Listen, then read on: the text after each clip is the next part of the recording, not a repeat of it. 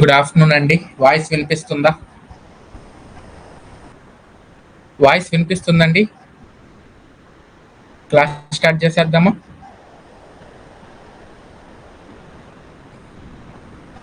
So చూడండి, business environment, దీనికి సంబంధించిన ఎంసీక్యూస్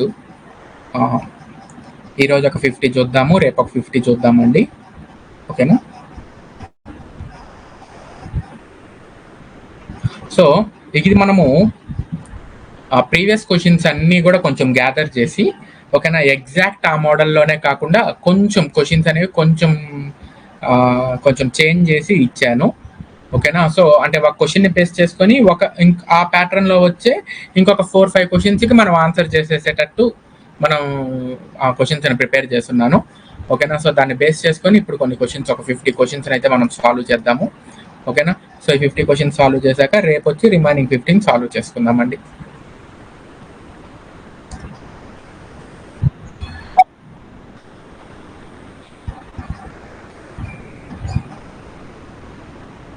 చెప్పండి శశికళ గారు.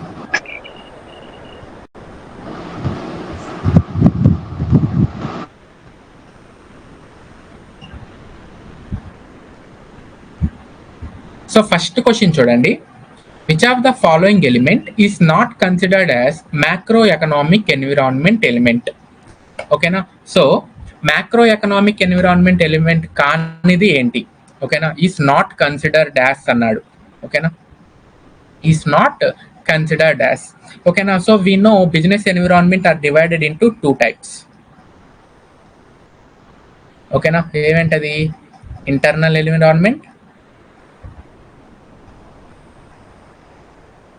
External environment. అగైన్ ఇక్కడ ఎక్స్టర్నల్ ఎన్విరాన్మెంట్ లో మైక్రో, మ్యాక్రో. ఓకేనా? సో ఇక్కడ ఏమడుగుతున్నాడండి, మ్యాక్రో ఎన్విరాన్మెంట్ కానిదేంటి అంటున్నాడు. సో మ్యాక్రో ఎన్విరాన్మెంట్ కానిదేంటి అంటే, ఇప్పుడు గవర్నమెంట్ అనేది macro environment which these factors are showing indirect effect into our business.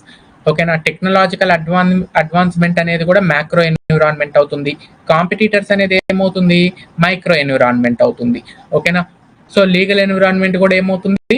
Macro కిందకే వచ్చేస్తుంది. సో ఫస్ట్ క్వశ్చన్ ఆన్సర్ ఏంటండి? సి. సెకండ్ క్వశ్చన్ చూడండి, which of the following is an example of social force affecting the business environment? ఓకేనా? So social force అంటున్నాడు. So social force అంటే socio cultural environment అని. So ఇచ్చిన వాటిల్లో ఏది socio cultural factor అవుతుంది? Which affects our business. ఓకేనా? So which of the following given in below which affects our business socio culturally. So చూడండి, interest rates అనేది ఏమవుతుంది? ఎకనామిక్ ఎన్విరాన్మెంట్ అవుతుంది. ఇంట్రెస్ట్ రేట్స్ ఏమవుతుంది? ఎకనామిక్ ఎన్విరాన్మెంట్ అవుతుంది. అదేవిధంగా ఎక్స్చేంజ్ రేట్స్ కూడా ఏమవుతుంది? ఎకనామిక్ ఎన్విరాన్మెంట్ అవుతుంది. ఓకేనా? గవర్నమెంట్ రెగ్యులేషన్స్ ఏమవుతాయి? పొలిటికల్ ఎన్విరాన్మెంట్ కిందకి వచ్చేస్తాయి. ఓకేనా? So consumer preference, consumers refers to the one of the person in public. ఓకేనా? సో కన్జ్యూమర్ అంటే ఎవరు? పబ్లిక్ లో ఒకరు. ఓకేనా? సో ఒక సొసైటీలో ఉండే పర్సన్. ఓకేనా? సో కన్జ్యూమర్ ప్రిఫరెన్సెస్ చేంజ్ అయిపోతూ ఉంటాయి కదండి.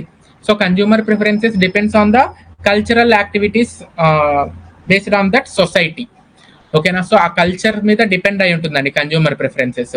సో ఇచ్చిన వాటిల్లో సోషల్ ఫోర్స్ ఏమవుతుంది? సోషియో కల్చరల్ ఫ్యాక్టర్ ఏమవుతుంది అంటే కన్జ్యూమర్ ప్రిఫరెన్సెస్ అవుతుంది.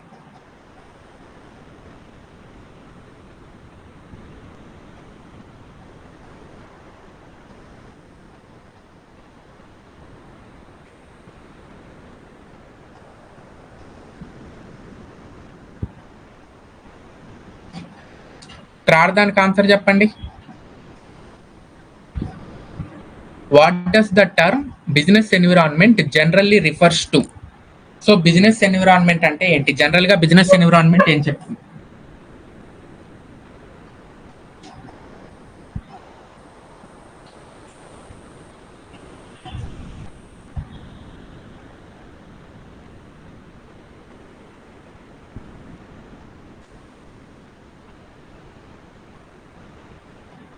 Yes, some of all external factors. ఓకేనా, అవునండి. సో ఆప్షన్ ఏ చూడండి, ఆప్షన్ ఏ చూడండి, the internal factors that affects a company performance అంటున్నారు. ఓకేనా, so the internal factors that affects a company performance అంటున్నారు. మనం ఇక్కడ ఓన్లీ ఇంటర్నల్ ఫ్యాక్టర్స్ తీసుకుంటామా? సో ఓన్లీ ఇంటర్నల్ ఫ్యాక్టర్స్ తీసుకుంటే దాన్ని మనం అసలు ఎన్విరాన్మెంట్ అనే అనం. ఓకేనా, అదే విధంగా ఆప్షన్ సి చూసుకుంటే financial statements of the company. So financial statements of the కంపెనీకి అదే విధంగా బిజినెస్ ఎన్విరాన్మెంట్ కి ఎటువంటి రిలేషన్షిప్ అనేది ఉండదు. అండ్ ఈ ఫినాన్షియల్ స్టేట్మెంట్ అనేది internal aspect in a business అవుతుంది. సో ఫినాన్షియల్ స్టేట్మెంట్స్ అనేది ఏమవుతుందండి, ఇంటర్నల్ ఆస్పెక్ట్ అవుతుంది. సో ఫిజికల్ ఇన్ఫ్రాస్ట్రక్చర్ కూడా ఏమవుతుంది, ఇంటర్నల్ ఆస్పెక్టే అవుతుంది. ఇవి రెండు ఇంటర్నల్ ఆస్పెక్ట్స్ అవుతాయి. సో ఇంకా ఆన్సర్ ఏమవుతుందండి, some of all external forces. So some of all external forces which influencing a company, that influence may be positive way or in negative way. ఓకేనా, సో ఆ factors లో వచ్చే changes వల్ల, ఆ factors లో వచ్చే డైనమిక్స్ వల్ల మన బిజినెస్ అనేది పాజిటివ్ గా ఇంపాక్ట్ అవ్వచ్చు, లేదనుకుంటే నెగిటివ్ గా ఇంపాక్ట్ అనేది అవ్వచ్చు అనమాట. ఓకేనా, సో ఆప్షన్ బి. నెక్స్ట్ చూడండి, గ్లోబలైజేషన్ లెడ్ టు, గ్లోబలైజేషన్ వల్ల ఏం జరుగుతుంది?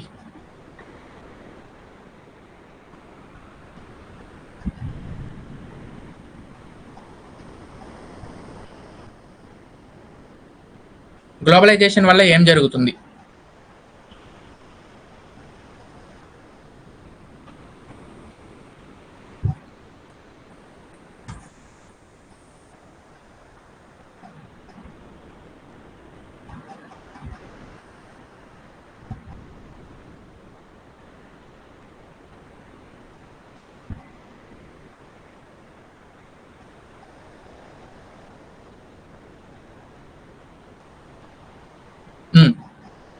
సో ఆప్షన్ సి అంటున్నారండి. Option C correct answer.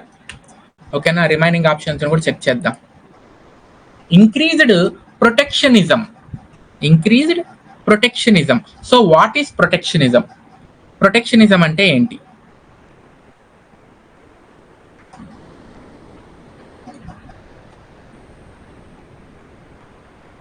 What is protectionism? It means simply government safeguards domestic industries from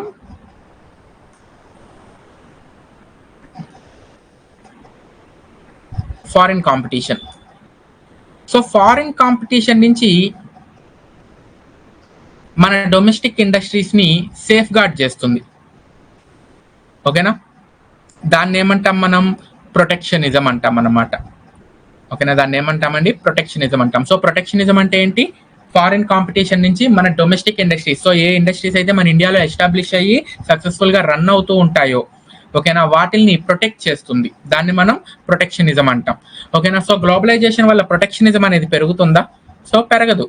ఎందుకు, గ్లోబలైజేషన్ వల్ల ఏం చేస్తున్నాం, మనము మన నేషన్ డోర్స్ ఓపెన్ చేస్తున్నాం. సో ఎవరైనా సరే మా ఇండియాలోకి వచ్చి మీరు బిజినెస్ స్టార్ట్ చేసుకోవచ్చు. సో హ్యాపీగా మీరు ఇండస్ట్రీస్ చేసుకోవచ్చు. లేకపోతే ఏవైతే డొమెస్టిక్ ఇండస్ట్రీస్ ఉన్నాయో వాటిల్లో మీ ఫారిన్ క్యాపిటల్ ని తీసుకురావచ్చు. ఓకేనా, అదేవిధంగా మీ ఫారిన్ టెక్నాలజీని మాకు ట్రాన్స్ఫర్ చేయొచ్చు. సో సేమ్ వే మేము కూడా అటువంటి బెనిఫిట్సే మీకు ప్రొవైడ్ చేస్తాము అని చెప్తుంది. దాన్ని మనం ఏమంటున్నాం, గ్లోబలైజేషన్ అంటున్నాం. It simply means integrating domestic economy with world economy, integrating domestic with world economy. So domestic ఎకానమీని వరల్డ్ ఎకానమీతో ఇంటిగ్రేట్ చేయడాన్ని ఏమంటాము, గ్లోబలైజేషన్ అంటాం. ఇక్కడ కానీ మనం ప్రొటెక్షనిజం ఇచ్చామనుకోండి, సో ప్రొటెక్షనిజం ఇస్తే ఏమవుతుంది, ఫారిన్ కాంపిటీటర్స్ లేకపోతే ఫారిన్ ఇండస్ట్రీస్ మన ఇండియాలోకి రావడానికి ఆలోచిస్తాయి. ఓకేనా, సో గ్లోబలైజేషన్ వల్ల ప్రొటెక్షనిజం అయితే పెరగదు. And second option decreased competition అన్నాడు. సో కాంపిటీషన్ ఏమన్నా తగ్గుతుందా అండి? మేబీ కాంపిటీషన్ అనేది ఇంకా పెరగొచ్చు. ఓకేనా, సో ఆప్షన్ బి కూడా కాదు, ఆప్షన్ బి కూడా కాదు. ఆప్షన్ సి చూడండి, increase inter dependence among the nation. ఓకేనా, ఇది ఖచ్చితంగా జరుగుతుందండి. సో ఇంటర్ డిపెండెన్స్ అనేది పెరుగుతుంది.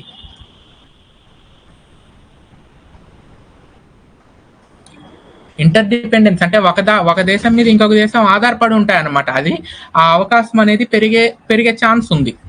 ఓకేనా? సో ఇంటర్ డిపెండెన్స్ అనేది ఇంక్రీజ్ అవుతుంది. And option D, reduced international trade. అసలు మనం గ్లోబలైజేషన్ చేసేదే ఇంటర్నేషనల్ ట్రేడ్ ని పెంచుకోవడానికి. ఓకేనా? సో ఆప్షన్ డిలో రెడ్యూస్ అని ఇచ్చాడు కాబట్టి ఆన్సర్ ఏమవుతుందండి? ఆప్షన్ సి అవుతుంది.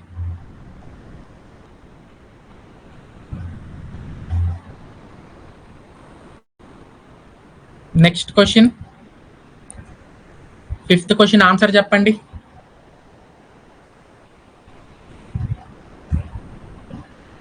What is the main purpose of studying the business environment?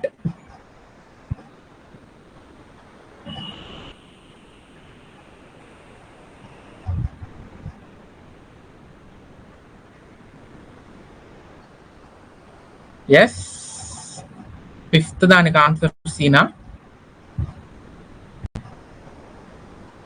కాదండి.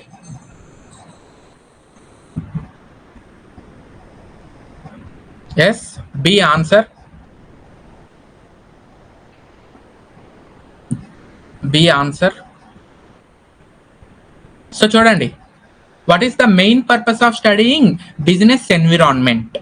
ఓకేనా? సో బిజినెస్ ఎన్విరాన్మెంట్ ని అర్థం చేసుకోవాల్సిన అవసరం ఏముంది? To avoid all external influences. We can't avoid any external influence. So మనం ఎక్స్టర్నల్ ఇన్ఫ్లుయెన్సెస్ ని అవాయిడ్ చేసే ప్రసక్తే లేదండి. దానికి తగ్గట్టు మన బిజినెస్ నీడ్స్ ని మనము చేంజ్ చేసుకుంటూ పోతూ ఉంటాం. ఓకేనా? ఆప్షన్ సి చూడండి, to control our external factors. Who we are to control our external factors? మనం ఎవరు అండి కంట్రోల్ చేయడానికి? సో ఎక్స్టర్నల్ ఫ్యాక్టర్స్ ని మనం అయితే కంట్రోల్ చేయలేము. ఇంటర్నల్ ఫ్యాక్టర్స్ అయితే మనం కంట్రోల్ చేసుకోవచ్చు. ఓకేనా? సో మన ఇంట్లో వాళ్ళని మనం కంట్రోల్ చేసుకోవచ్చు, కానీ సొసైటీని మనం కంట్రోల్ చేయగలమా? చేయలేం కదా. Next, to eliminate competition. ఓకేనా? సో బిజినెస్ ఎన్విరాన్మెంట్ ని మీరు బాగా స్టడీ చేస్తే కాంపిటీషన్ లో ఎంత స్ట్రాటజిక్ మూవ్స్ వేయొచ్చో మీకు తెలుస్తుంది. ఓకేనా? అంతేగాని కాంపిటీషన్ ని నేను ఎలిమినేట్ చేసేసి బిజినెస్ ఎన్విరాన్మెంట్ ని బాగా అర్థం చేసుకుంటాను, బిజినెస్ ఎన్విరాన్మెంట్ ని బాగా అర్థం చేసుకున్న తర్వాత కాంపిటీషన్ ఎలిమినేట్ చేసేసి నేనే ఒక మొనోపోలీ అయిపోతాను. ఓకేనా? సో నేను ఒక ప్రైజ్ మేకర్ అవుతాను. సో నన్ను బేస్ చేసుకుని రిమైనింగ్ నా కాంపిటీటర్స్ అందరూ ఉండాలి. ఈ ఐడియాలజీ అనేది పనికిరాదు. ఓకేనా? So option A, C D eliminate అయిపోతాయి. ఏం మిగిలిందండి? ఆప్షన్ బి మిగిలింది. ఓకేనా? To identify opportunities and threats. If we clearly study the micro, we know our strengths and weaknesses. So micro environment ని బాగా స్టడీ చేయడం వల్ల మన స్ట్రెంగ్స్, మన వీక్నెసెస్ తెలిసే అవకాశం ఉంటుంది. మ్యాక్రో ఎన్విరాన్మెంట్ ని బాగా స్టడీ చేయడం వల్ల మనకి అవుట్ సైడ్ లో ఉండే ఆపర్చునిటీస్ అండ్ ఏమన్నా థ్రెట్స్, ఇవి ఐడెంటిఫై చేయడానికి అవకాశం ఉంటుంది అన్నమాట. ఓకేనా? సో మీరు బిజినెస్ ఎన్విరాన్మెంట్ బాగా అనలైజ్ చేస్తూ ఉన్నారు. ఓకేనా? సో మీ స్ట్రెంగ్త్ ఏంటో మీకు తెలుస్తుంది, సేమ్ వే మీ వీక్నెస్ తెలుస్తుంది, అదే విధంగా మీ ఆపర్చునిటీస్ తెలుస్తాయి. సో ఏదన్నా న్యూ మార్కెట్ ఓపెన్ అయిందా, న్యూ ప్రోడక్ట్ లాంచ్ చేయొచ్చా లేదా? ఓకేనా? లేదంటే న్యూ టెక్నాలజీని మీరు ఏమైనా ఇన్నోవేట్ చేశారా? మీ కాంపిటీటర్స్ ఎవరు కూడా అటువంటి టెక్నాలజీని యూజ్ చేయట్లేదా?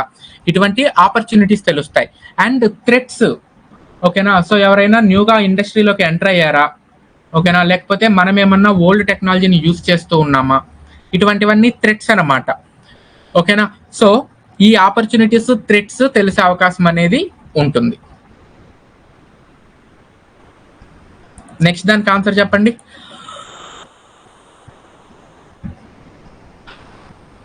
సిక్స్త్ వన్ ఆన్సర్ చెప్పండి.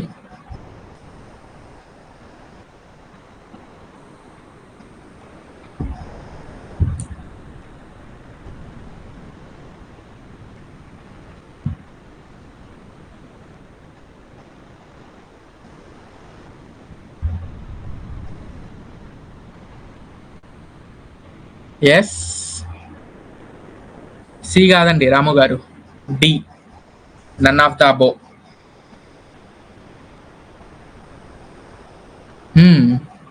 అవునండి, ఎల్ఎన్టీ వాళ్ళు కానీ, టాటా వాళ్ళు కానీ, అదానీ వాళ్ళు కానీ ఆల్రెడీ వీళ్ళందరూ కూడా పవర్ సెక్టార్లో ఉన్నారు. ఓకేనా? సో వీళ్ళంతా కూడా ప్రైవేట్ ఇండస్ట్రీస్ కదా. సో వీళ్ళందరూ కూడా పవర్ సెక్టార్స్ లో ఉన్నారు. టెలికమ్యూనికేషన్స్ లో మనం ప్రైవేటైజేషన్ అలో చేస్తున్నాం. ఓకేనా. సో ఎడ్యుకేషన్ సెక్టార్లో ప్రైవేటైజేషన్ ఉంది కదా, ఎడ్యుకేషన్ సెక్టార్లో ప్రైవేటైజేషన్ ఉంది కాబట్టే మనకి ప్రైవేట్ స్కూల్స్, ప్రైవేట్ కాలేజెస్ అన్నీ ఉన్నాయి. ఓకేనా. సో ఆన్సర్ ఏమవుతుందండి? ఆప్షన్ డి అవుతుంది.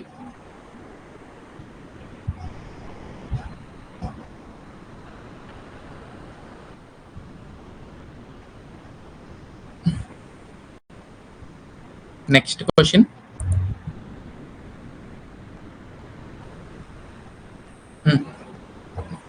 సో క్వశ్చన్ జాగ్రత్తగా అర్థం చేసుకోండి, ఆన్సర్ ఈజీగా చెప్పేసేయచ్చు. What are the decisions taken by government of India pertaining to industrial sector in the new industrial policy of 1991? ఓకేనా. సో న్యూ ఇండస్ట్రియల్ పాలసీ 1991, ఓకేనా, దీని పాయింట్ ఆఫ్ వ్యూలో గవర్నమెంట్ ఆఫ్ ఇండియా తీసుకున్న డెసిషన్స్ ఏంటి చెప్పండి. ఆప్షన్స్ చదవండి. ఆప్షన్స్ వచ్చేసి offering VRS to employees to decrease the unusual ideal time and extra spending on labour activities. Option B disinvestment of equity in public sector. Option C referring sick industries to BIFR. Option D all of the above. ఏమవుతుందండి?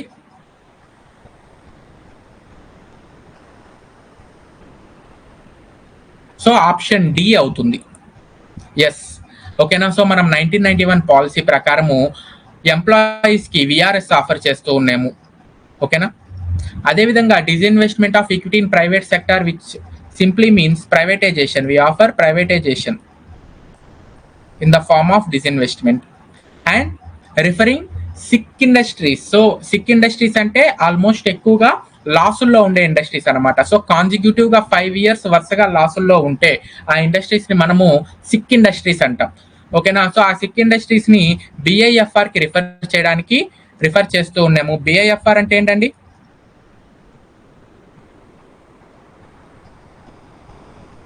BIFR అంటే board for industrial and financial reconstruction.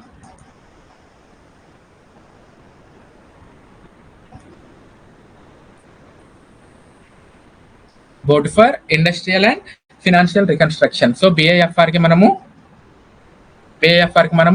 Refer చేస్తూ ఉంటాము. ఓకేనా. So ఈ BIFR ని as per sick industries act 1985 ప్రకారము establish చేశారండి. ఓకేనా.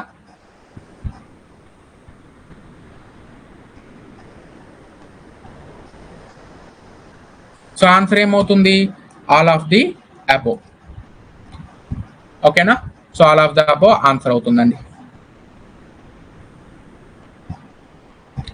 Next question. Laissez faire policy is adopted in. Laissez faire ఈ పదం వినంగానే మీరు ఆన్సర్ చెప్పేసేయాలి.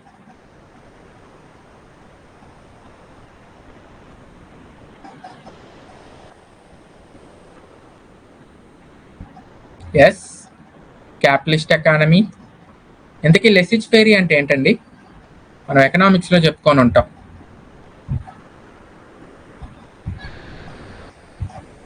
లెసిజ్ ఫెయిరీ ఎకానమీ అంటే ఏంటి? Free market economy.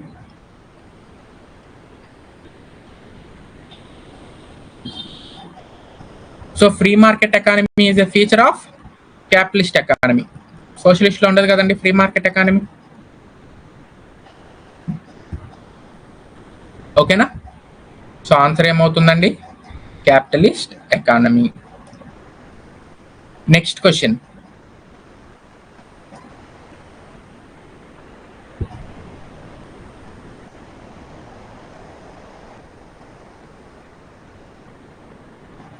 Next question, 9th question. Which of the following cannot be included under the nature of relationship between business and environment? So which of the following cannot be? cannot be included under the nature of relationship between business and environment. So ఏమవుతుందండి, so business and environment are inter dependence in nature, business and environment are dynamic in nature, business and environment causes social change. ఓకేనా, business and environment are fixed in నేచరా? కాదు. Are fixed in nature అయితే మనం option B ఎందుకు చెప్పుకుంటాము? ఓకేనా, so not అన్నాడు కాబట్టి ఈ మూడు వచ్చేస్తాయి. ఓకేనా, ఇంటర్ డిపెండెన్స్, డైనమిక్, సోషల్ చేయాల్సి వస్తుంది. ఫిక్స్డ్ మనకి ఆన్సర్ అవుతుంది అనమాట. సో ఫిక్స్డ్ అనన్నా ఉంటుంది, కొన్ని ఆప్షన్స్ లో స్టాటిక్ అనైనా ఉంటుందండి. ఓకేనా,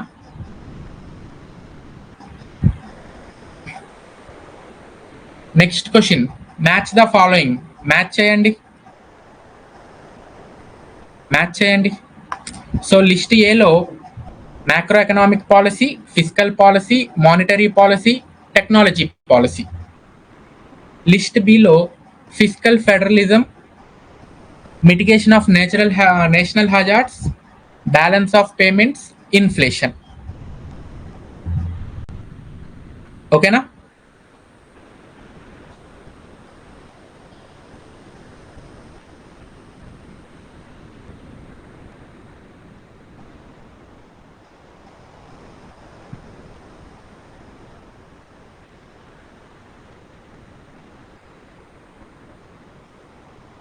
సో ఈజీగా చెప్పేసేయచ్చు. సో ఫిస్కల్ పాలసీ అంటే ఏంటండి, గవర్నమెంట్ ఎవ్రీ ఇయర్ తీసుకొని వచ్చే పాలసీ అనమాట. ఓకేనా, సో అంటే ఫెడరల్ స్టేట్స్కి ఎంతెంత అలొకేట్ చేయాలి, ఎంతెంత బడ్జెట్ అలొకేట్ చేయాలి అని చెప్పేది ఫిస్కల్ పాలసీ. సో లిస్ట్ ఏలో బీకి ఏమవుతుంది, 1. Macro economic policy. ఓకేనా, సో ఇక్కడ చూడండి, మ్యాక్రో ఎకనామిక్ పాలసీ అనేది మీకు ఇక్కడ 2 ఆప్షన్స్ కనిపించండి, బిఓపి, ఇన్ఫ్లేషన్. ఇవి రెండు రావచ్చు. బట్ క్లియర్ గా చూసుకుంటే ఈ రెండిట్లో macro economic policy more clear గా బిఓపికి ఉంటుంది. ఎందుకంటే monetary policy encounters the inflation కదా. మానిటరీ పాలసీ దేన్ని ఎన్కౌంటర్ చేస్తుందండి, మెయిన్ గా ఇన్ఫ్లేషన్ ని ఎన్కౌంటర్ చేస్తుంది.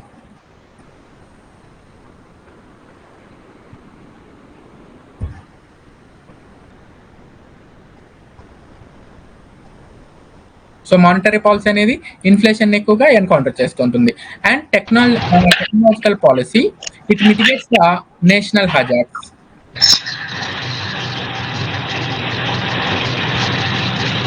ఓకేనా, 3142 ఆప్షన్ ఏ.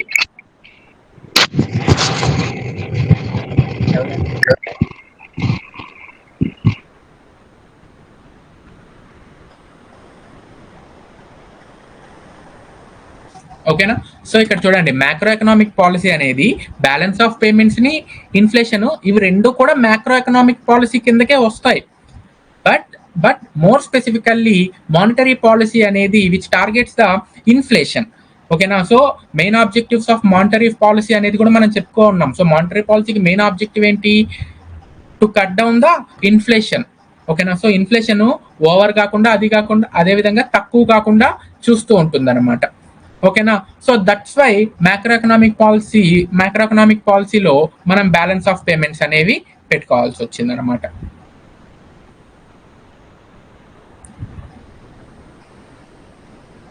నెక్స్ట్, ఈ క్వశ్చన్కి ఆన్సర్ చెప్పండి. Micro environment is also called.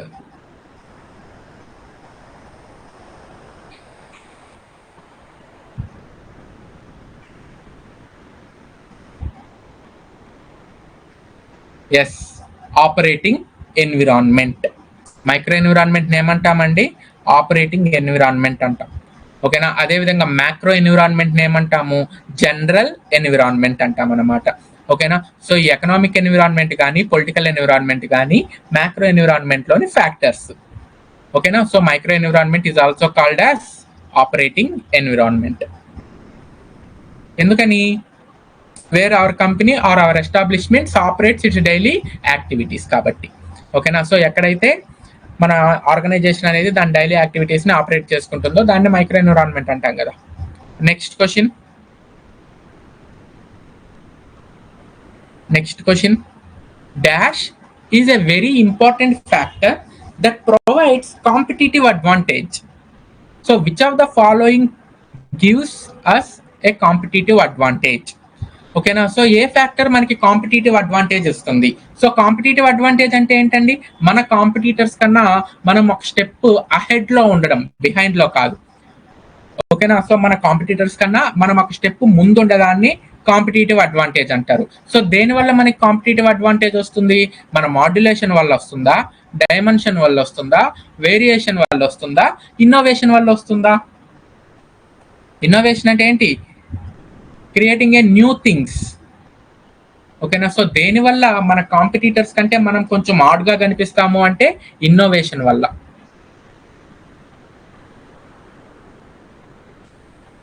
Next question. Industrial policy of 1948 aimed at. So 1948 industrial policy అనేది దేని మీద ఎక్కువగా ఫోకస్ చేసింది? ఇండస్ట్రియలైజేషన్ మీదనా, అగ్రికల్చర్ గ్రోత్ మీదనా, ఇన్ఫ్రాస్ట్రక్చర్ డెవలప్మెంట్ మీదనా, సర్వీస్ సెక్టార్ మీదనా? ఇక్కడ చాలా మంది మిస్టేక్ చేస్తారండి.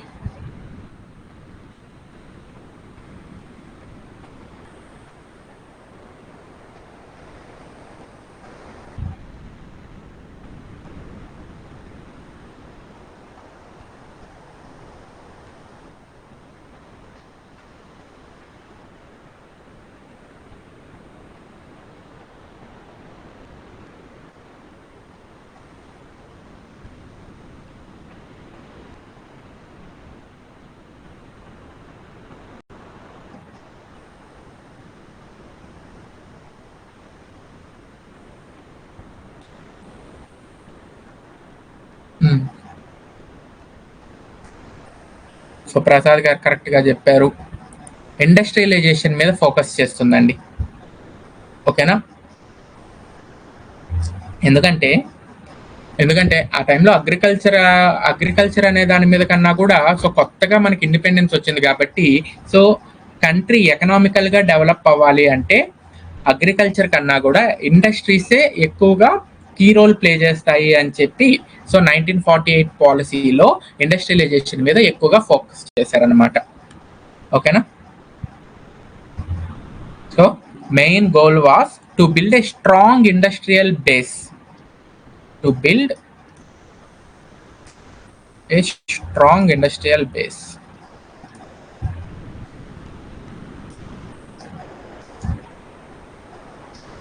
Okay na? Next question. Dash means the proportion of nation population living in urban areas. Okay na? So dash means the proportion of national population living in urban areas. So urban ఏరియాస్లో ఉండే జనాభా నిష్పత్తిని ఏమంటారండి? Urbanisation అంటారు. So simply saying urbanisation means migrating the people from rural areas to urban areas. ఓకేనా. Migrating the people from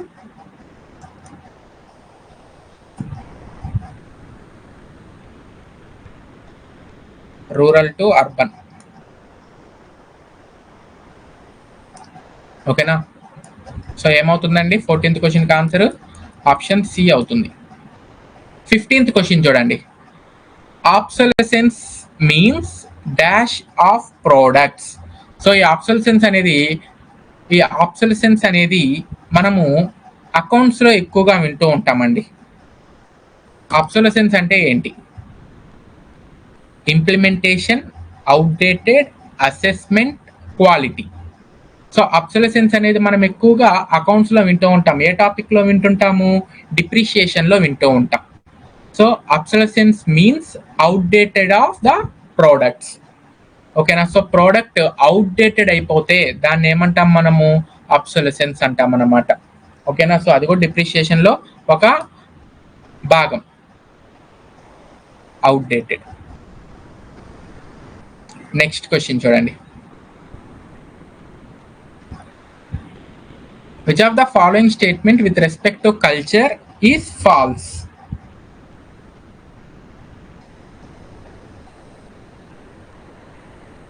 which of the following statement with respect to culture is false. So with respect to culture అంటున్నాడు.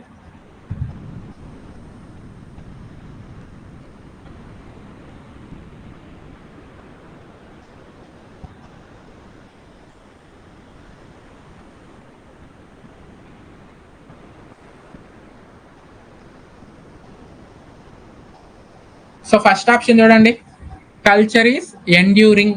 Enduring అంటే meaning ఏంటి? ఆమోదమోగ్యమైనది అంటాం కదా, అందరూ accept చేసేది అంటాం కదా, సో అది. ఓకే, కల్చర్ ఈస్ ఎండ్యూరింగ్, అందరూ ఆమోదిస్తారు, కరెక్టే కదండి. Option B, culture is changing. So culture అనేది చేంజ్ అవుతూ ఉంటుంది. ఆప్షన్ ఏ కాదండి ఆన్సర్. ఆన్సర్ ఆప్షన్ ఏ కాదండి.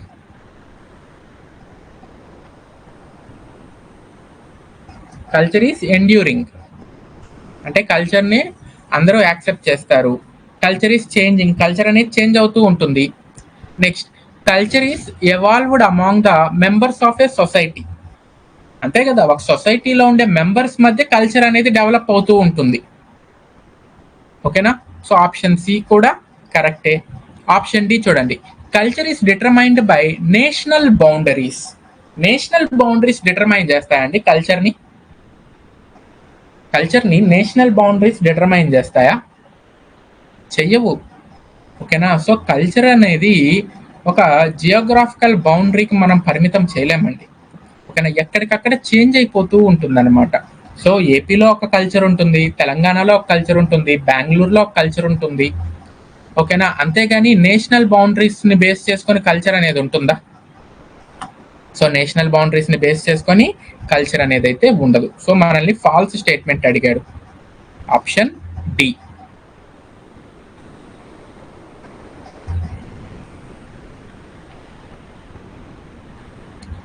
Next question, what is the agreement on safeguards in the WTO? So WTOలో అగ్రిమెంట్ ఆన్ సేఫ్ గార్డ్స్ అంటే ఏంటి చెప్పండి.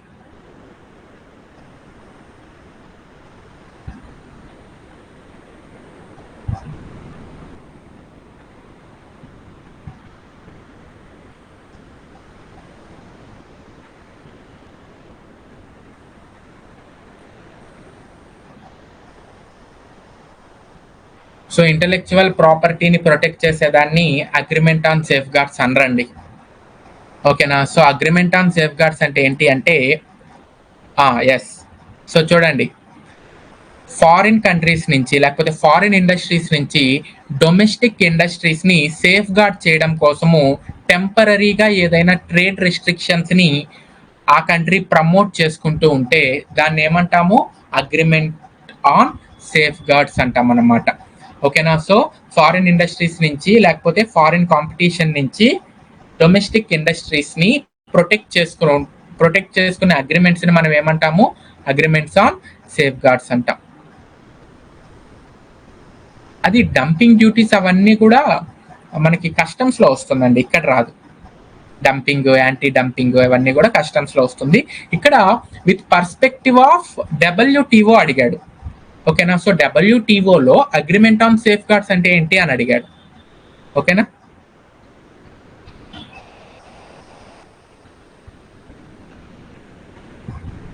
Next question చూడండి,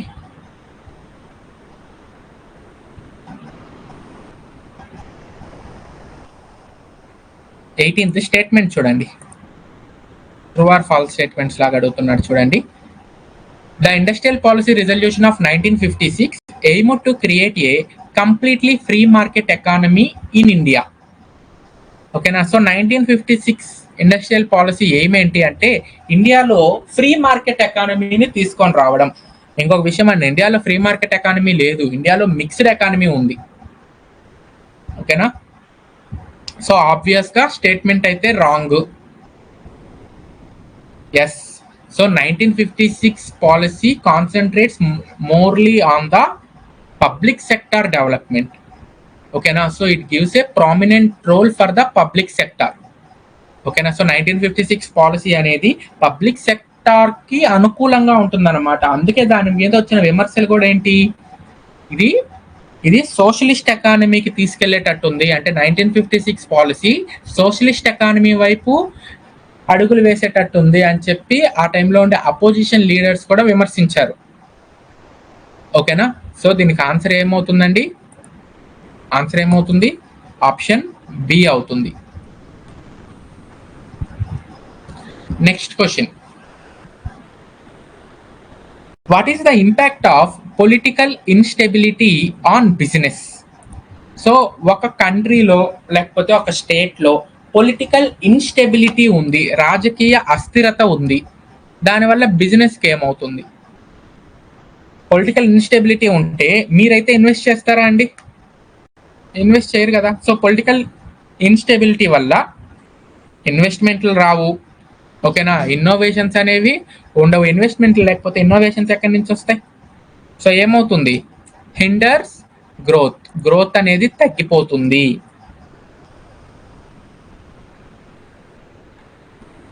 next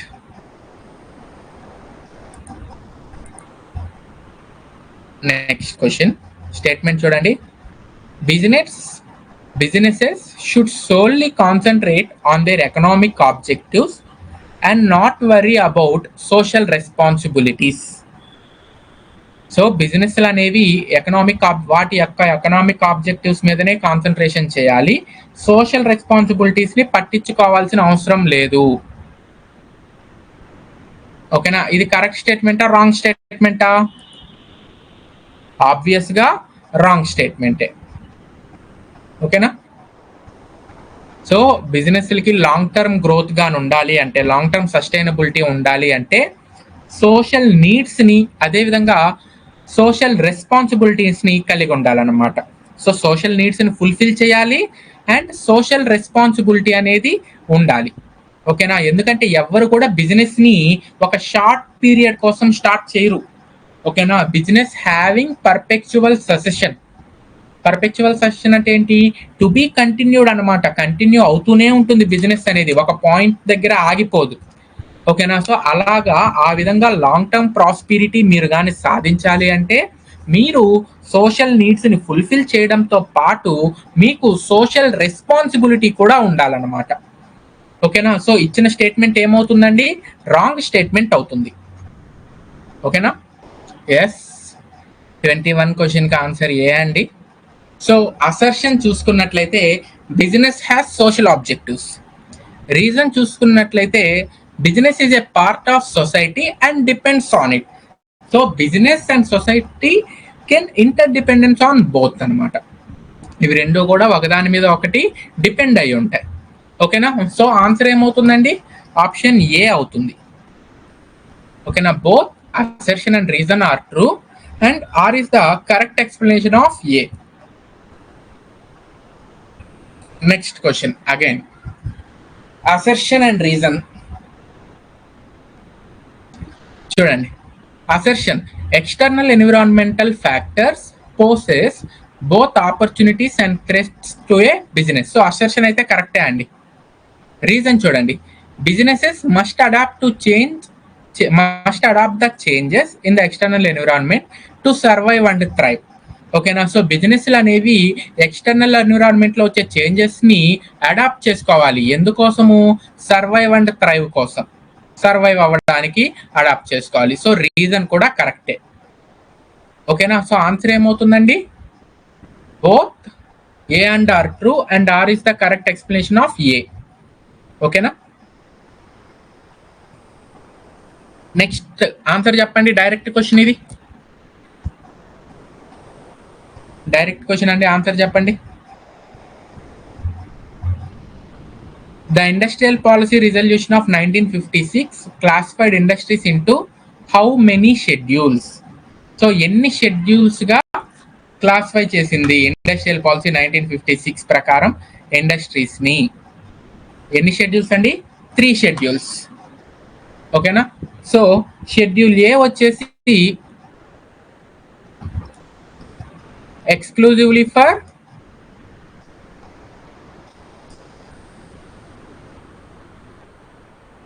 government industries or public sector. B వచ్చేసి public and private sector, C వచ్చేసి only private sector. అంటే ఈ పై 2 ఇండస్ట్రీస్లో కలవనివి మనకి ఇంకా షెడ్యూల్ సిలో వచ్చేస్తాయి. సో మొత్తం ఎన్ని షెడ్యూల్స్? 3 షెడ్యూల్స్.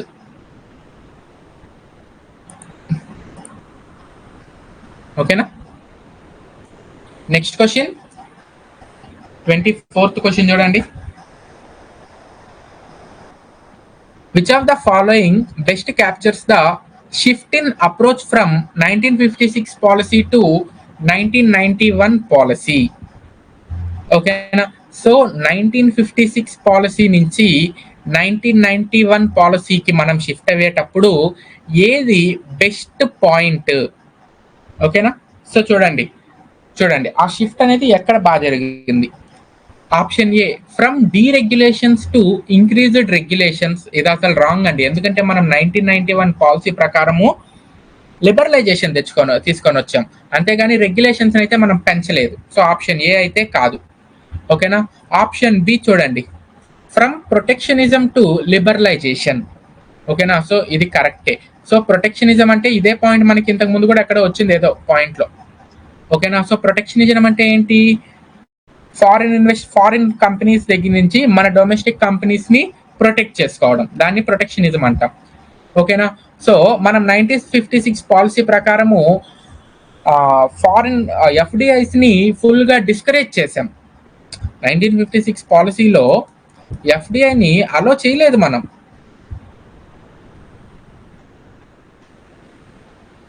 ఓకేనా? బట్ 1991 పాలసీలో ఏం చేసాము? లిబరలైజ్ చేసేసాం. ఓకేనా? సో లిబరలైజ్ చేసేసామంటే ట్రేడ్ రిస్ట్రిక్షన్స్ అన్ని ఎత్తేసాం. ఓకేనా? ఆప్షన్ సి చూడండి, ఫ్రమ్ ప్రైవేటైజేషన్ టు నేషనలైజేషన్ అంట. 1956లో అసలు ప్రైవేటైజేషన్ ఎక్కడ ఉంది? లేదు. ఆప్షన్ డి చూడండి, from export promotion to import substitution. ఓకేనా? ఎక్స్పోర్ట్ ప్రమోషన్ అంటే ఏంటండి? ఎక్స్పోర్ట్ ప్రమోషన్ అంటే ఏంటి?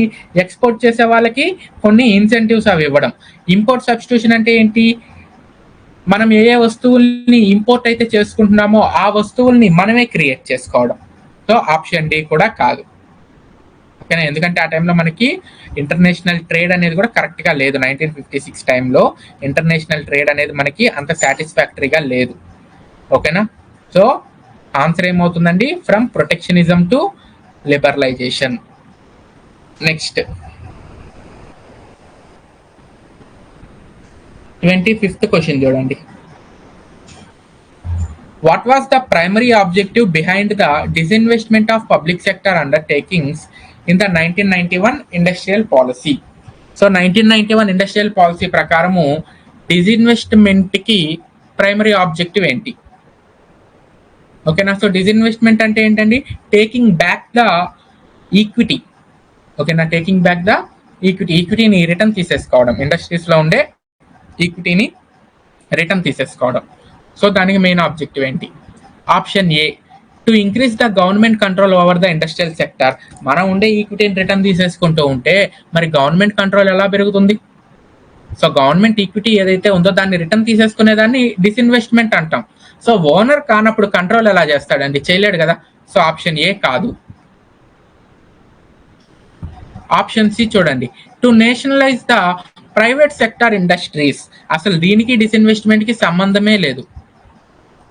ఆప్షన్ డి చూడండి, to reduce exports and promote import substitution. Exports తగ్గించి ఇంపోర్ట్ సబ్స్టిట్యూషన్ ని ప్రమోట్ చేయడం. ఓకేనా? సో ఇది ఒక రకంగా ప్రైవేటైజేషన్ కి పాయింట్ కానివ్వండి, డిస్ఇన్వెస్ట్మెంట్ కి మెయిన్ ఆబ్జెక్టివ్ అయితే కాదు. ఓకేనా? సో ఆన్సర్ ఏమవుతుందండి? Option B. సో డిస్ఇన్వెస్ట్మెంట్ వల్ల గవర్నమెంట్ కి రిసోర్సెస్ అనేవి పెరుగుతాయి, అండ్ ఎప్పుడైతే ఈ గవర్నమెంట్ ఈక్విటీ అనేది తగ్గిపోతుందో ఆ ప్లేస్ లోకి ప్రైవేట్ ఈక్విటీ వస్తుంది. సో ప్రైవేట్ ఈక్విటీ వచ్చినప్పుడు ఆటోమేటిక్ గా ప్రొడక్టివిటీ అనేది పెరుగుతుంది. దట్ మీన్స్ ఎఫిషియన్సీ అనేది ఇంప్రూవ్ అవుతుంది. ఓకేనా?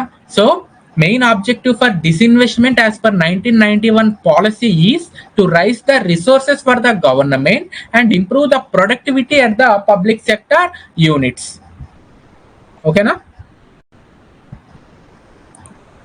So option B and the answer. Next question, Which of the following best reflects the approach of 1956 industrial policy towards foreign competition? Towards foreign competition. అసలు మనం 1956 policy ప్రకారము foreign competition అనేది తీసుకోవాల్సిన అవసరం లేదు, అసలు మనం అలో చేయలేదు. ఓకేనా, సో మనము మన డొమెస్టిక్ ఇండస్ట్రీస్ ని ప్రొటెక్ట్ చేసుకుంటూ ఉన్నాం. ఓకేనా, ఆన్సర్ ఏమవుతుందండి? Option B. అంతేగాని ఓపెన్ అండ్ అన్రిస్ట్రిక్టెడ్ కాంపిటీషన్ లేదు, యాక్టివ్ ఎంకరేజ్మెంట్ లేదు. ఓకేనా, న్యూట్రల్ గాను లేము. ఓకేనా, మనం అగేనిస్ట్ గా ఉన్నాం ఫారిన్ ట్రేడ్ కి. మనము 1956 పాలసీ ప్రకారం అగేనిస్ట్ గా ఉన్నాం. ఓకేనా, మనం మన పాయింట్ ఆఫ్ వ్యూ ఏంటి అంటే మన డొమెస్టిక్ ఇండస్ట్రీస్ ని డెవలప్ చేసుకుందాము, ఇవే బాగా డెవలప్ అవుతాయి అని. ఓకేనా,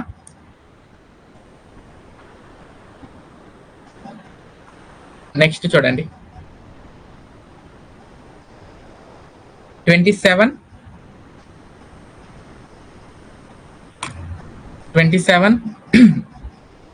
under the 1956 industrial policy resolution, which schedule included industries where private sector could supplement the efforts of the public sector?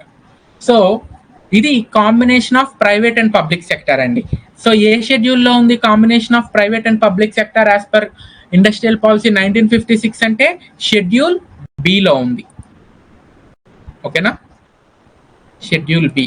So schedule A exclusively for public enterprises, schedule C, so those industries comes under private sector, అంటే schedule A బిలో లేనటువంటివన్నీ కూడా schedule సిలోకి వచ్చేస్తాయి.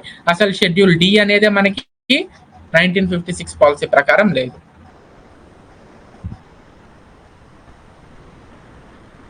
Next చూడండి 28. Which of the following best describes the industrial policy resolution of 1956 approach to the private sector?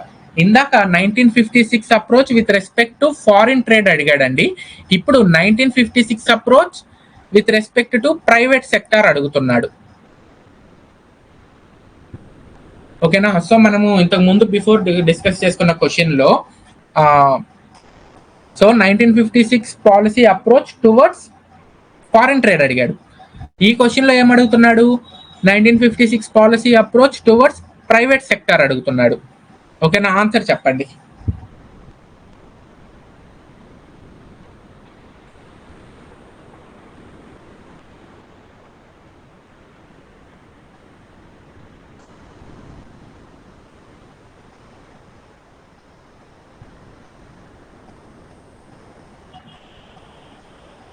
Option D కాదండి, option A కూడా కాదు, option A కూడా కాదండి. ఎందుకంటే ఆప్షన్ ఏ ఎందుకు కాదంటే అప్పటికి ఇండియా మిక్స్డ్ ఎకానమీ అని చెప్పి డిక్లేర్ చేసేసింది. 1956 టైంకి ఇండియా మిక్స్డ్ ఎకానమీ అని చెప్పి డిక్లేర్ చేసేసింది. మిక్స్డ్ ఎకానమీ అంటే ఏంటండి? Combination of both private and public sector కదా. ఓకేనా, ఇక్కడ ఆప్షన్ ఏ ఏం చెప్తుంది? It aim to eliminate the private sector entirely అని చెప్తుంది. ఓకేనా, సో దాని అర్థం ఏంటి? వ్యానిష్ చేసేసేద్దాం, ప్రైవేట్ సెక్టర్ ని మొత్తాన్ని కూడా వ్యానిష్ చేసేసేద్దాం అని చెప్పి ఆప్షన్ ఏ అంటుంది. బట్ అది కరెక్టా? అది రాంగ్ అవుతుంది. ఆప్షన్ ఏ రాంగ్ అవుతుంది. ఓకేనా, ఆప్షన్ డి కూడా రాంగే, ఆప్షన్ డి కూడా రాంగే. ఆప్షన్ డి ఏమంటున్నారు? ప్రైవేట్ సెక్టర్ మీద ఎక్కువగా ట్యాక్సెస్ వేసేసి పబ్లిక్ సెక్టర్ కి ఫినాన్షియల్ రిసోర్సెస్ క్రియేట్ చేద్దాం అనుకుంటున్నారు. సో అది కూడా రాంగే. ఓకేనా, so 1956 policy approach towards private sector ఏ విధంగా ఉంది అంటే ఈ ప్రైవేట్ సెక్టర్ ని పబ్లిక్ సెక్టర్ కి కాంప్లిమెంటరీగా యూజ్ చేద్దాము అని చెప్పి అనుకుంటున్నారు అనమాట. And which satisfy the rule of mixed economy. ఓకేనా, సో ఆప్షన్ బి ఏమవుతుంది? మిక్స్డ్ ఎకానమీ రూల్ ని కూడా సాటిస్ఫై చేస్తూ ఉంది. సో ఆన్సర్ ఏమవుతుందండి? Option B. It viewed the private sector as complementary to the public sector. ఓకేనా, ప్రైవేట్ సెక్టర్ ని public sector complementary అనుకుంటుంది.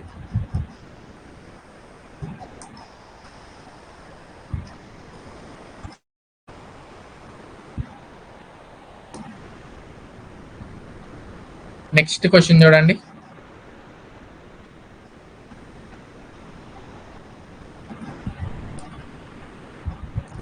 Which of the following was a key factor that contributed to India's balance of payment crisis in 1991. So key factor at the time of India's BOP crisis. చెప్పండి.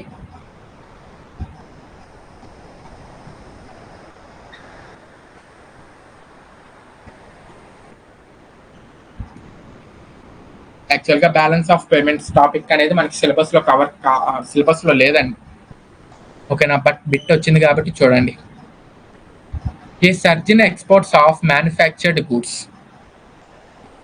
ఓకేనా, so manufactured గూడ్స్లో surge వచ్చిందంట, hike వచ్చిందంట. Hike వస్తే ఇంకేం ఇబ్బంది ఉందండి? ఏం లేదు కదా. హైక్ వస్తే మనకి బ్యాలెన్స్ ఆఫ్ పేమెంట్ క్రైసిస్ ఎందుకు వస్తుంది? ఎక్స్పోర్ట్స్ ఎక్కువగా పెరిగాయి, బ్యాలెన్స్ ఆఫ్ పేమెంట్ క్రైసిస్ ఎందుకు వస్తుంది? ఫారెన్ కరెన్సీ మనకు వచ్చేస్తుంది కదా, అప్పుడు బ్యాలెన్స్ ఆఫ్ క్రైసిస్ తగ్గుతుంది.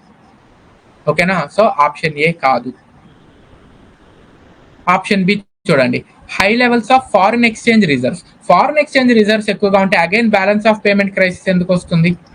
కాదు. Next, stable oil prices. Oil prices స్టేబుల్గా ఉన్నాయి, పెరగకుండా. ఓకేనా, అప్పుడు మళ్ళీ బ్యాలెన్స్ ఆఫ్ పేమెంట్ క్రైసిస్ వస్తుందా? రాదు. ఆయిల్ ప్రైజెస్ పెరిగితే బ్యాలెన్స్ ఆఫ్ పేమెంట్ క్రైసిస్ రావచ్చు, ఎందుకంటే మన ఇండియాలో ఆయిల్ అనేది ఎక్కువగా వేరే కంట్రీస్ నుంచి ఇంపోర్ట్ చేసుకుంటూ ఉన్నాం. ఓకేనా, సో ఇంకా ఆప్షన్ సి చూడండి, increased Reliance on external commercial borrowing. So ఆ టైంలో మనము బయట దేశాల దగ్గర నుంచి ఎక్కువగా బారోయింగ్స్ తీసేసుకొని ఉన్నాం. ఓకేనా, సో బయట దేశాలు ఇచ్చే అప్పు మీద ఎక్కువగా డిపెండ్ అయి ఉన్నాం మనం. ఓకేనా, అందువల్ల మనకి ఈ బిఓపి క్రైసిస్ అనేది వచ్చింది. ఓకేనా, next question.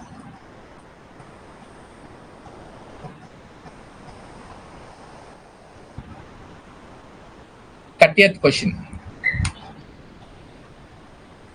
The 1991 industrial policy approach to foreign technology aimed to. So ఇంతకు ముందంతా 1956 టువర్డ్స్ ఫారిన్ ట్రేడ్, అదేవిధంగా 1956 టువర్డ్స్ ప్రైవేట్ సెక్టర్ అడిగాడు. ఇప్పుడు ఏమంటున్నాడు? 1991 పాలసీ టువర్డ్స్ ఫారిన్ టెక్నాలజీ అంటున్నాడు. సో ఏమవుతుంది? Again C. ఓకేనా, సో చూడండి, సో ఆప్షన్ ఏ కాదు, ఇండిజినియస్ టెక్నాలజీని డెవలప్ చేసుకోవడం కాదు. ఆప్షన్ బి చూడండి, completely prohibit the import of foreign technology అంట, అది కూడా కాదు.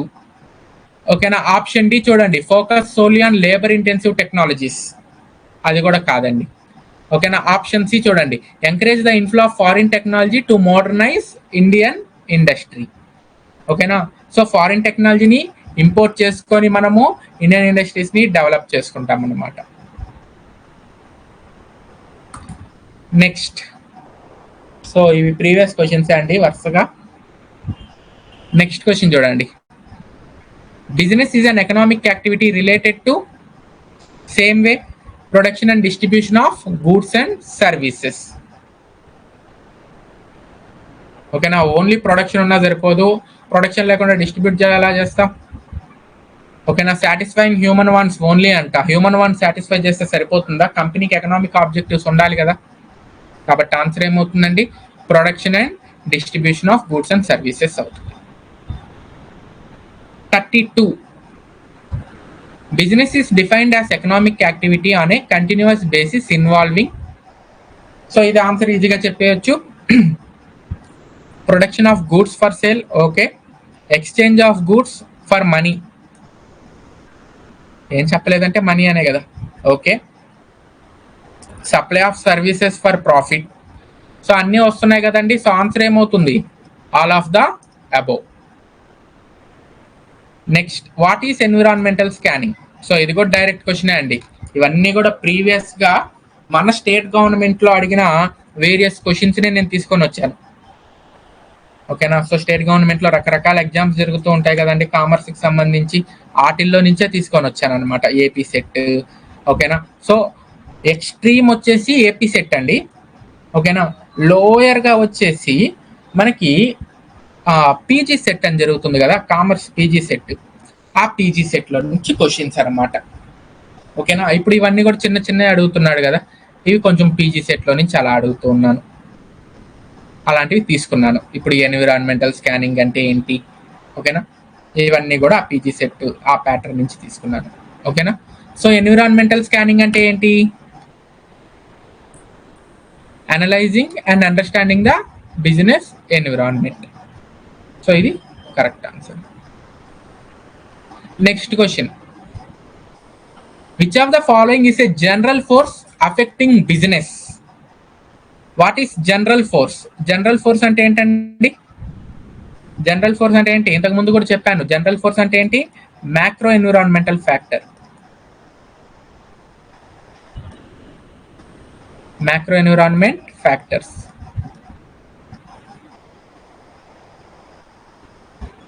సో వీటిలో ఏది మ్యాక్రో ఎన్విరాన్మెంటల్ ఫ్యాక్టర్ అవుతుంది?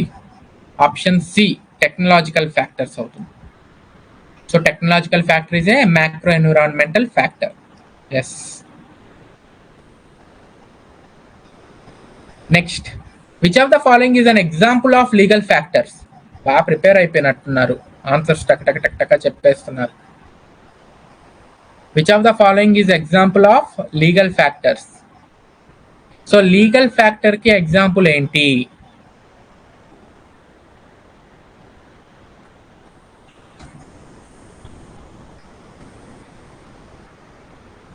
ఎకనామిక్ పాలసీ అనేది ఎకనామిక్ ఫ్యాక్టర్ అవుతుంది చంద్రశేఖర్ గారు. లీగల్ ఫ్యాక్టర్ ఎలా అవుతుంది?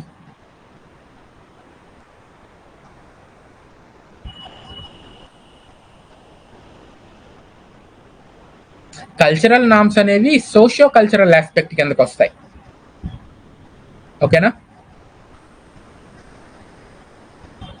And technological advancements comes under technological environment. ఓకేనా. సో ఇంకేం మిగిలింది? Advertising regulations. సో ఎలా పడితే అలా అడ్వర్టైజ్ చేయకూడదు. ఓకేనా. ఇదేమవుతుంది? లీగల్ ఫ్యాక్టర్ కిందకి వస్తుంది అన్నమాట. సో అబ్సెసివ్ అడ్వర్టైజ్మెంట్ అనేది ఉండకూడదు. ఓకేనా. అది రూల్ కాబట్టి లీగల్ ఫ్యాక్టర్ కిందకి వస్తుంది. Next, which of the following is a potential consequence of liberalizing the retail sector? So potential consequence అన్నాడండి. ఓకేనా. సో రిటైల్ సెక్టార్లో లిబరలైజేషన్ వల్ల ఏం జరిగే అవకాశం ఉంది? రిటైల్ సెక్టార్ అంటే ఏంటి? మన డే టు డే నీడ్స్ తీసుకుంటూ ఉంటాం కదా, సో అవి రిటైల్ సెక్టార్ అంటాం. ఓకేనా. సో దాంట్లో లిబరలైజేషన్ తీసుకురావడం వల్ల ఏం చేంజెస్ అనేవి, ఏం కాన్సిక్వెన్సెస్ అనేవి రావచ్చు? ఎస్, ఎఫ్ఎంసీజీ గూడ్స్ అన్నీ వస్తాయి. సో చూడండి, ఆన్సర్ ఏమవుతుందండి? ఏ, ఎఫిషియన్సీ అనేది పెరుగుతుంది. సో కన్జ్యూమర్స్కి లోయర్ ప్రైజెస్కే గూడ్స్ అనేవి వచ్చేస్తాయి. ఓకేనా. సో ఆన్సర్ ఏమవుతుందండి? Option A. What is public private partnership?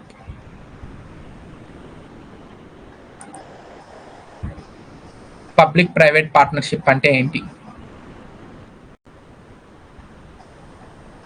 ఏ కాదండి, ఏ కాదండి డిఎన్ గారు.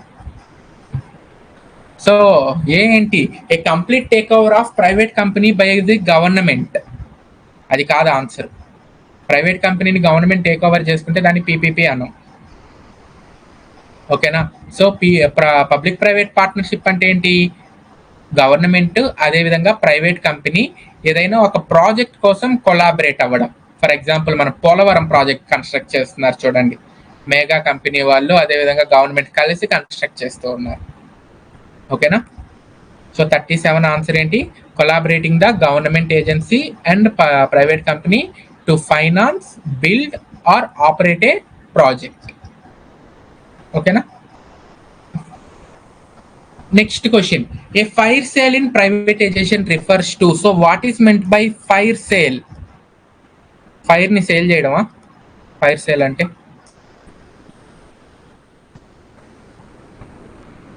So what is meant by fire sale in privatisation?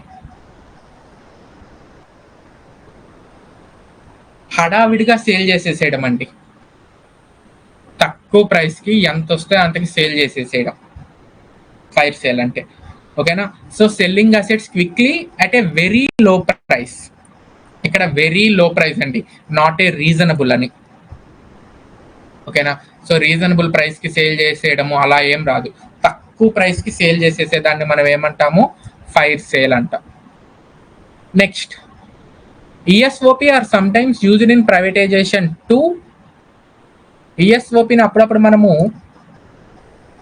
Privatisation కోసం యూజ్ చేస్తూ ఉంటాం. ఎందుకోసం యూజ్ చేస్తాం అసలు? ESOP అంటే ఏంటి? ఎంప్లాయీ స్టాక్ ఆప్షన్ స్కీమ్, లేకపోతే ఎంప్లాయీ స్టాక్ ఆప్షన్ ప్లాన్. ఓకేనా. సో ESOP అంటే మన కాడ వర్క్ చేసే ఎంప్లాయీస్ ఉంటారు కదండి, సో వాళ్ళకి మనము స్టాక్స్ ఇవ్వడం. ఓకేనా. వాళ్ళకి మనం ఈక్విటీని ప్రొవైడ్ చేయడం. సో దీనివల్ల ఏమవుతుంది, ఎంప్లాయీ పార్టిసిపేషన్ పెరుగుతుంది అన్నమాట.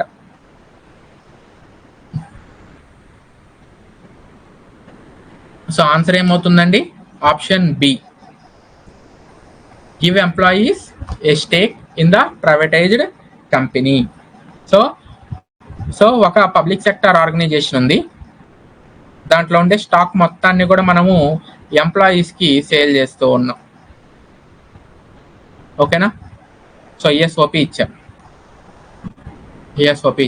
ఇప్పుడు ఈ ఆర్గనైజేషన్ మొత్తం ఏమైంది, ప్రైవేట్ సెక్టర్ అయిపోయింది. బట్ ఈ ఆర్గనైజేషన్లో ఉండే మెంబర్స్ ఎవరు, ఈ ఎంప్లాయీసే. ఓకేనా.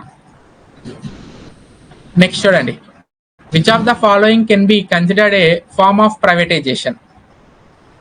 సో ఇచ్చిన వాటిల్లో ప్రైవేటైజేషన్ ఫామ్ ఏంటి, దేన్ని మనం ప్రైవేటైజేషన్ అనుకోవచ్చు? ట్యాక్సెస్ పెంచితే ప్రైవేటైజేషన్ అనుకోవచ్చా?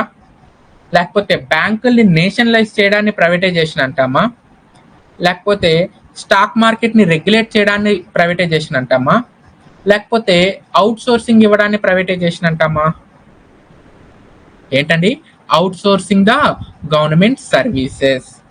ఓకేనా. సో అవుట్ సోర్సింగ్ ఎందుకు ఇస్తామండి గవర్నమెంట్ సర్వీసెస్ని? ఆ గవర్నమెంట్కి అక్కడ కొంచెం ఎఫిషియెంట్ నాలెడ్జ్ అనేది ఉండదు. ఆ టైంలో ఎవరైతే ఆ పర్టికులర్ ఫీల్డ్లో నాలెడ్జ్ కలిగి ఉంటారో వాళ్ళకి మనం ఆ వర్క్ని అలాట్ చేస్తాం. ఓకేనా. సో ఇది కూడా ప్రైవేటైజేషన్లో ఒక భాగం. Next, what does SDT means in WTO? So special and differential treatment. SDT means in WTO. మీకు ఒక క్లూ ఇస్తానండి. SDT అనేది MFN కి రిలేటెడ్ గా ఉంటుంది. MFN అంటే ఏంటో చెప్పండి. సరే, ఆప్షన్స్ కరెక్టే. MFN అంటే ఏంటో చెప్పండి. SDT అనేది which is related to MFN. So MFN అంటే ఏంటో చెప్పండి. Most favoured nation. సో దానికి కొంచెం రిలేటెడ్ గా ఉంటుంది అన్నమాట. ఓకేనా. సో SDT వల్ల మెంబర్స్ అందరికీ ఈక్వల్ ట్రీట్మెంట్ అయితే ఉండదు. ఓకేనా. అదేవిధంగా SDTస్కి ఫినాన్షియల్ ఎయిడ్ కూడా ఇవ్వరండి. SDTకి ఫినాన్షియల్ ఎయిడ్ కూడా ఉండదు, కాకపోతే ప్రిఫరెన్షియల్ ట్రీట్మెంట్ అనేది ఉంటుంది. ఓకేనా. సో SDT వల్ల ఏముంటుందండి, ప్రిఫరెన్షియల్ ట్రీట్మెంట్ ఉంటుంది అనమాట, జస్ట్ లైక్ ఏ MFN. ఓకేనా.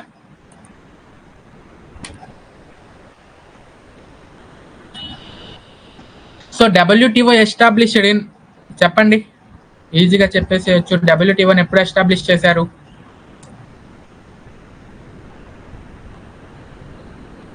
WTO అండి 1948.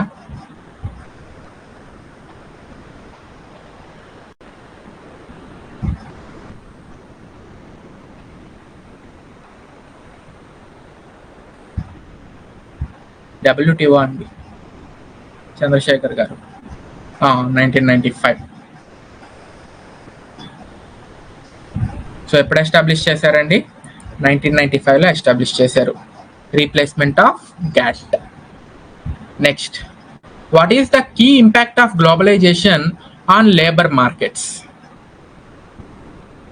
ఓకేనా. సో లేబర్ మార్కెట్స్ మీద గ్లోబలైజేషన్ ఇంపాక్ట్ ఏ విధంగా ఉంటుంది?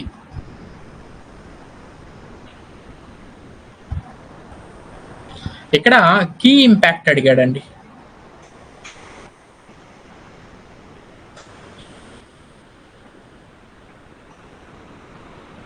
సరే, వేజ్ డిస్పారిటీస్ తగ్గుతాయి, ఓకే.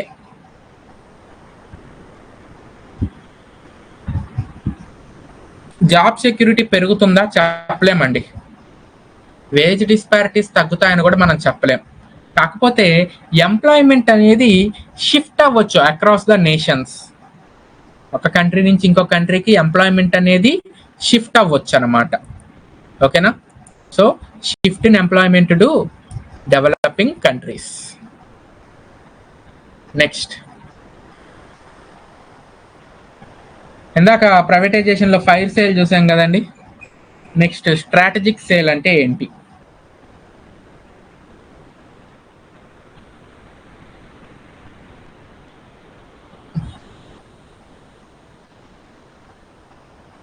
ఫైర్ సేల్ అంటే ఏంటి? ఉన్న కాడికి సేల్ చేసేసేయడం. మరి స్ట్రాటజిక్ సేల్ అంటే ఏంటి? మన కంపెనీని ఎవరికైతే అమ్ముతున్నామో వాడి దగ్గర కొత్త టెక్నాలజీ ఉండడం. అంటే మన కంపెనీని కొనుక్కునే వాడి దగ్గర కొత్త టెక్నాలజీ ఉండడం అన్నమాట. ఓకేనా? దీనివల్ల ఏమవుతాడు? యాక్చువల్ కాంపిటీటర్స్ లాస్ అవుతారు. ఓకేనా? మన లక్ష్యం ఒక్కటే, మన కాంపిటీటర్ని నాశనం చేసేసేయాలి. బట్ మన దగ్గర వర్త్ లేదు. అర్థమవుతుందా? మన కాంపిటీటర్ ఇంకా పైకి రాకూడదు, కానీ మన దగ్గర వర్త్ లేదు. అలాంటప్పుడు మనం ఏం చేస్తున్నాము? మన బిజినెస్ని ఇంకొకటి అమ్మేస్తున్నాం. వాడు మంచి టాలెంటెడ్ పర్సన్, వాడి దగ్గర కొత్త ఇన్నోవేషన్ ఉంది, కొత్త టెక్నాలజీ ఉంది. సో ఇప్పుడు ఏమవుతాడు? వాడి టెక్నాలజీతో మన బిజినెస్లోకి ఎంటర్ అవుతాడు. సో మన కాంపిటీటర్ అనేవాడు కొంచెం డౌన్ఫాల్ అయ్యే అవకాశం అనేది ఉంటుంది అనమాట. దీన్ని మనం ఏమంటాము? స్ట్రాటజిక్ సేల్ అంటాం.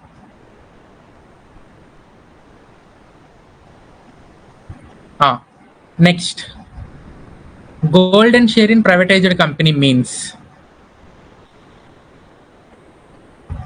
గోల్డెన్ షేర్ అంటే ఏంటి?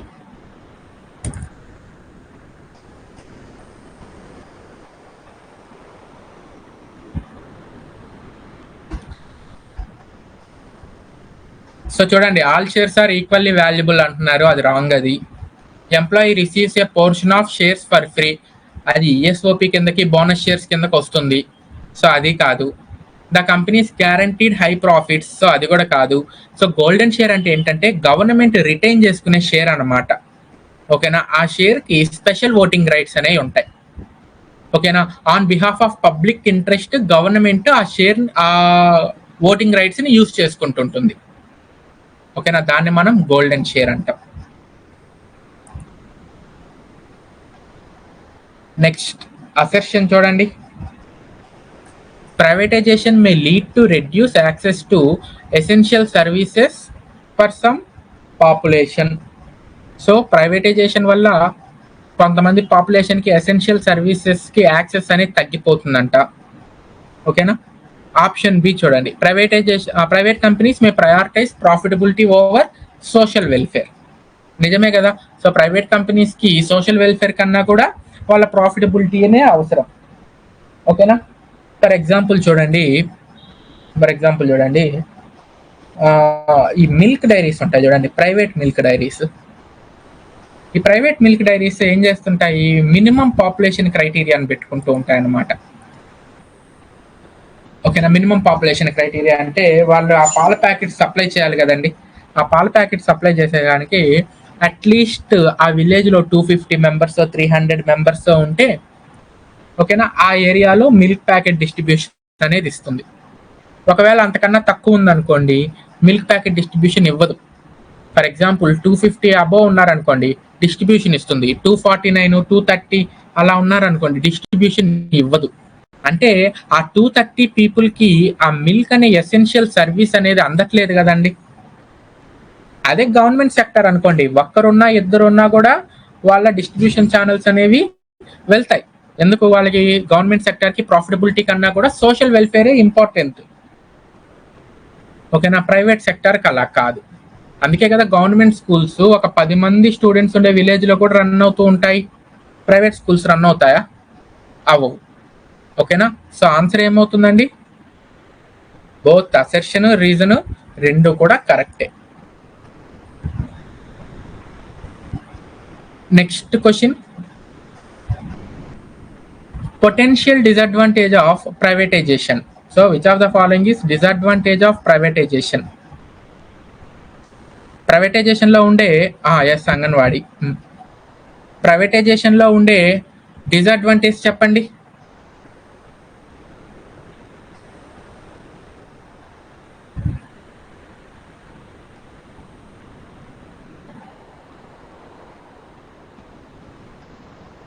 అవును. సో ఇన్నోవేషన్ పెరుగుతుంది, అడ్వాంటేజ్. కస్టమర్ సర్వీస్ పెరుగుతుంది, advantage. Cost reduced cost for the government, so government కాస్ట్లు తగ్గుతాయి, అడ్వాంటేజ్. బట్ మొనోపోలీస్ క్రియేట్ చేసుకునే పనిలో ఉంటారు. ఓకేనా, మొనోపోలీస్ క్రియేట్ చేసుకునే పనిలో ఉంటారు ఎవరైనా సరే. ఒక బెస్ట్ ఎగ్జాంపుల్ చెప్తాను చూడండి. విలేజెస్ లో ఆర్ఎంపీ డాక్టర్స్ ఉంటారు చూడండి. పర్టికులర్ గా ఒక విలేజ్ లో ఒక్క ఆర్ఎంపీ డాక్టరే ఉంటాడు. ఆ విలేజ్ మొత్తానికి ఆయన మొనోపోలీ అయిపోతాడు. ఓకేనా, సో ఆయన ఎంత చెప్తే అదే అమౌంట్.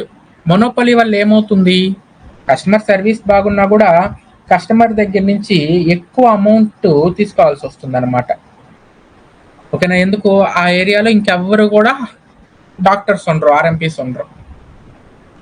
ఓకేనా, సో కస్టమర్ ఎక్స్ప్లాయిటేషన్ జరిగే అవకాశం అనేది ఉంటుంది మొనోపోలీస్ క్రియేట్ అయితే. సో ప్రైవేటైజేషన్లో అది one of the biggest obstacle గా మనం చెప్పుకోవచ్చు. Next, liberalisation guarantees a balanced distribution of benefit of economic growth across all segments of society. Liberalisation వల్ల బ్యాలెన్స్డ్ డిస్ట్రిబ్యూషన్ జరుగుతుందంట. ఓకేనా, సొసైటీలో అన్ని సెగ్మెంట్స్ డెవలప్ అవుతాయంట.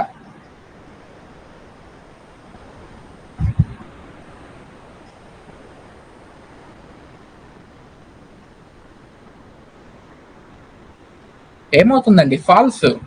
సొసైటీలో అన్ని సెగ్మెంట్స్ డెవలప్ అవుతాయా లిబరలైజేషన్ వల్ల? ఏం కాదు. ఓకేనా, సో ఆన్సర్ ఏమవుతుందండి, false. Next, which of the following best defines liberalisation in the context of international trade? So liberalisation with respect to international trade అడుగుతున్నాడండి. ఆన్సర్ చెప్పండి.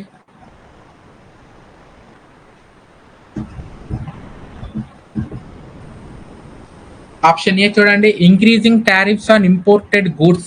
ఇది అసలు లిబరలైజేషన్ కిందకే రాదు. టారిఫ్లు పెంచుతున్నాడంటే లిబరలైజేషన్ అవుతుందా? కాదనే కదా. ఆప్షన్ బి చూడండి, imposing strict quotas on exported goods. ఇది కూడా అసలు లిబరలైజేషనే కాదు. ఆప్షన్ సి చూడండి, reducing or eliminating tariffs and other trade barriers. So ఇది లిబరలైజేషన్ అవుతుంది. Reducing or eliminating tariffs and other trade barriers అంటే ఇది మనకి లిబరలైజేషన్ అవుతుంది. ఆప్షన్ డి చూడండి, subsidising domestic industries to protect them from foreign companies. So foreign companies నుంచి domestic industries ని protect చేయడానికి వాటికి మనం సబ్సిడీస్ ఇస్తాము. ఇది లిబరలైజేషన్ కాన్సెప్ట్ అయితే కాదండి. ఆప్షన్ అయితే కరెక్టే, బట్ కాన్సెప్ట్ అయితే లిబరలైజేషన్ కాదు. సో మనల్ని ఏమడుగుతున్నాడు, liberalisation with respect to international trade అడుగుతున్నాడు కదా. సో ఆన్సర్ ఏమవుతుంది, ఆప్షన్ సి అవుతుంది. నెక్స్ట్ చూడండి, 50th క్వశ్చన్ డైరెక్ట్ క్వశ్చన్ అండి.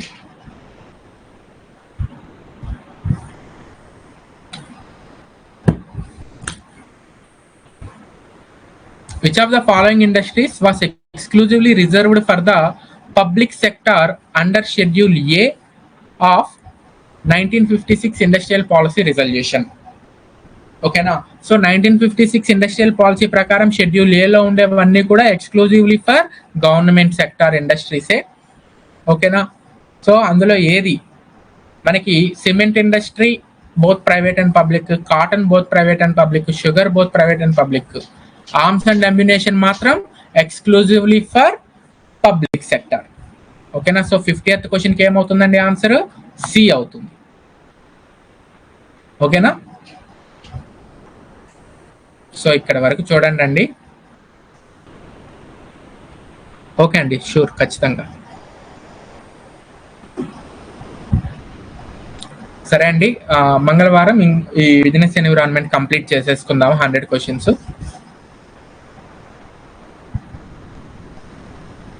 థ్యాంక్స్ అండి. మెటీరియల్స్ డౌన్లోడ్ కాకపోతే ఒకసారి నాకు వాట్సాప్ చేయండి, ఈ తెలుగు మెటీరియల్స్ పంపిస్తాను. క్యూటీ కొంచెం తెలుగు రాయడం కష్టంగా ఉండడం వల్ల క్యూటీ మాత్రం కొంచెం ఇంగ్లీష్ అడ్జస్ట్ అవ్వండి, ఎందుకంటే తెలుగులో అది చేయడం చాలా కష్టంగా ఉంది. ఆ వర్డ్స్, ఆ టెర్మినాలజీస్ అనేవి దొరకడం కష్టంగా ఉంది. ఓకేనా? సో రిమైనింగ్ మెటీరియల్స్ ఎవరికైనా తెలుగులో కావాలంటే ఒకసారి నాకు పర్సనల్గా వాట్సాప్ చేయండి, నేను పంపించేస్తాను. ఓకే అండి. ఓకే అండి, హ్యాపీ సండే.